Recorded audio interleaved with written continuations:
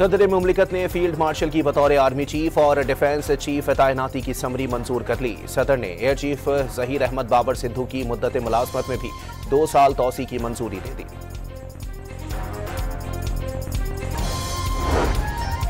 पाकिस्तान और किर्गिस्तान का तिजारती हजम $20 करोड़ तक बढ़ाने पर इत्तेफाक। किर्गिस्तान को कराची और गवादर बेहतरीन रसाई दे सकते हैं।